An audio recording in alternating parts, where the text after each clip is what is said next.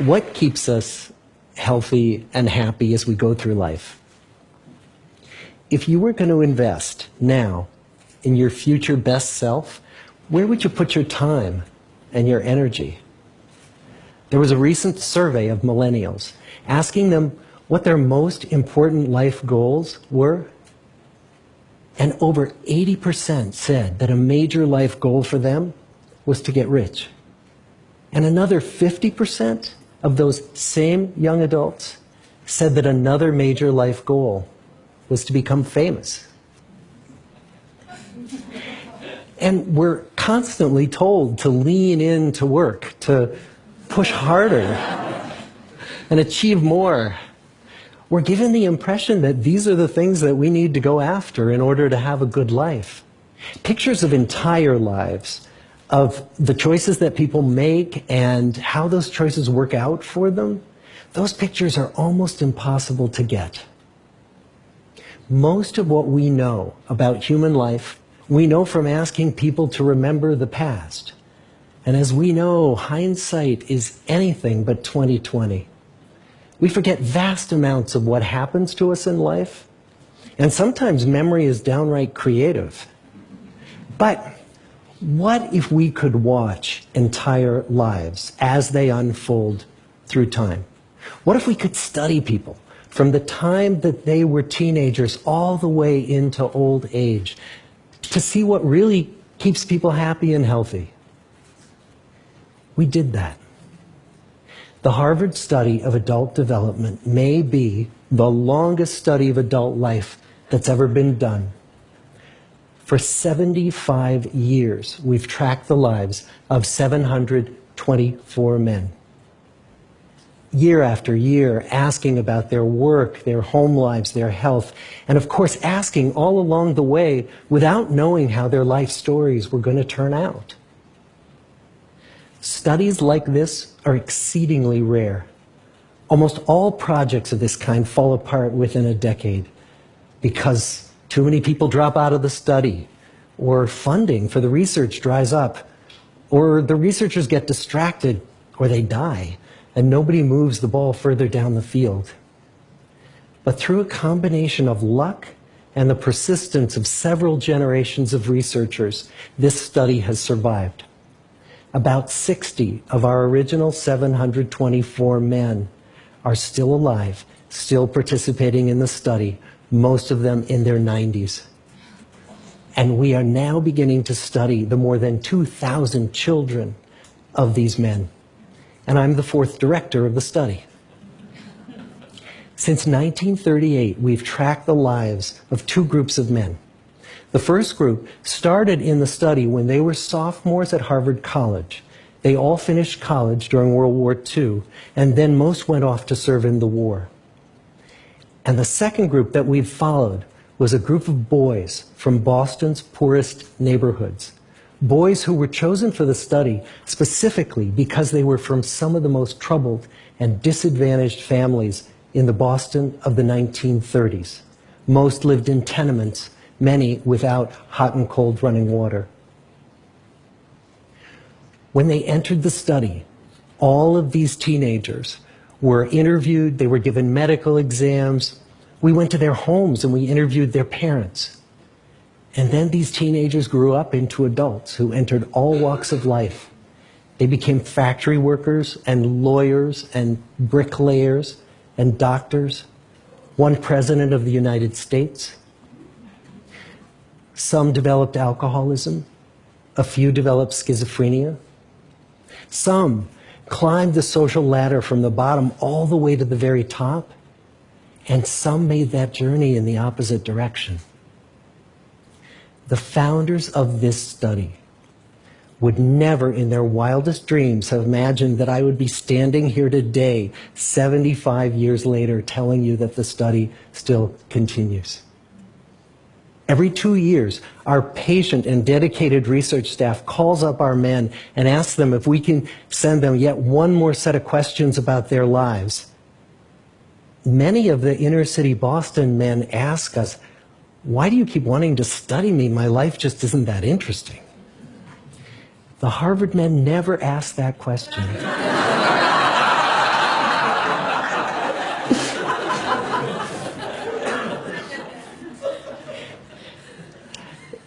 to get the clearest picture of these lives, we don't just send them questionnaires.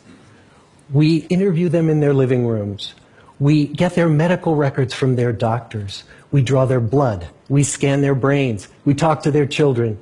We videotape them talking with their wives about their deepest concerns. And when, about a decade ago, we finally asked the wives if they would join us as members of the study, many of the women said, "You know, it's about time." So what have we learned? What are the lessons that come from the tens of thousands of pages of information that we've generated on these lives? Well, the lessons aren't about wealth or fame or working harder and harder. The clearest message that we get from this 75-year study is this: good relationships keep us happier and healthier, period. We've learned three big lessons about relationships. The first is that social connections are really good for us and that loneliness kills.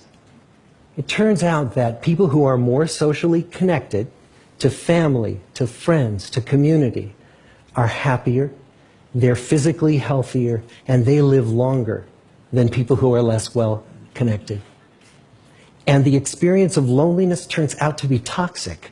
People who are more isolated than they want to be from others find that they are less happy, their health declines earlier in midlife, their brain functioning declines sooner, and they live shorter lives than people who are not lonely. And the sad fact is that at any given time, more than 1 in 5 Americans will report that they're lonely. And we know that you can be lonely in a crowd and you can be lonely in a marriage. So the second big lesson that we learned is that it's not just the number of friends you have, and it's not whether or not you're in a committed relationship, but it's the quality of your close relationships that matters. It turns out that living in the midst of conflict is really bad for our health. High conflict marriages, for example, without much affection, turn out to be very bad for our health, perhaps worse than getting divorced. And living in the midst of good, warm relationships is protective. Once we had followed our men all the way into their 80s, we wanted to look back at them at midlife and to see if we could predict who was going to grow into a happy, healthy octogenarian and who wasn't.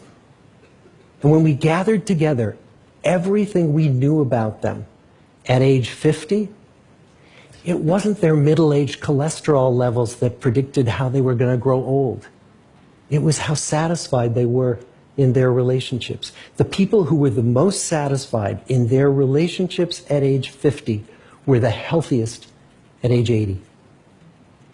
And good, close relationships seem to buffer us from some of the slings and arrows of getting old. Our most happily partnered men and women reported in their 80s that on the days when they had more physical pain, their moods stayed just as happy. But the people who were in unhappy relationships, on the days when they reported more physical pain, it was magnified by more emotional pain.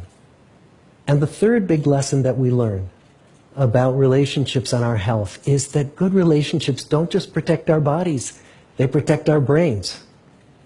It turns out that being in a securely attached relationship to another person in your 80s is protective. That the people who are in relationships where they really feel they can count on the other person in times of need, those people's memories stay sharper longer. And the people in relationships where they feel they really can't count on the other one, those are the people who experience earlier memory decline. And those good relationships, they don't have to be smooth all the time. Some of our octogenarian couples could bicker with each other day in and day out. But as long as they felt that they could really count on the other when the going got tough, those arguments didn't take a toll on their memories. So, this message that good, close relationships are good for our health and well-being, this is wisdom that's as old as the hills. Why is this so hard to get and so easy to ignore? Well, we're human. What we'd really like is a quick fix, something we can get that'll make our lives good and keep them that way. Relationships are messy and they're complicated, and the hard work of tending to family and friends, that's not sexy or glamorous. It's also lifelong. It never ends. The people in our 75-year study who were the happiest in retirement were the people who had actively worked to replace workmates with new playmates. Just like the millennials in that recent survey, many of our men, when they were starting out as young adults, really believed that fame and wealth and high achievement were what they needed to go after to have a good life. But over and over these 75 years, our study has shown that the people who fared the best were the people who leaned into relationships with family, with friends, with community. So what about you? Let's say you're 25, or you're 40, or you're 60. What might leaning into relationships even look like? Well, the possibilities are practically endless. It might be something as simple as replacing screen time with people time, or livening up a stale relationship by doing something new together, long walks or date nights, or reaching out to that family member who you haven't spoken to in years, because those all too common family feuds take a terrible toll on the people who hold the grudges. I'd like to close with a quote from Mark Twain. More than a century ago, he was looking back on his life, and he wrote this: "There isn't time, so brief is life, for bickerings, apologies, heartburnings, callings to account. There is only time for loving, and but an instant, so to speak, for that." The good life is built with good relationships. Thank you.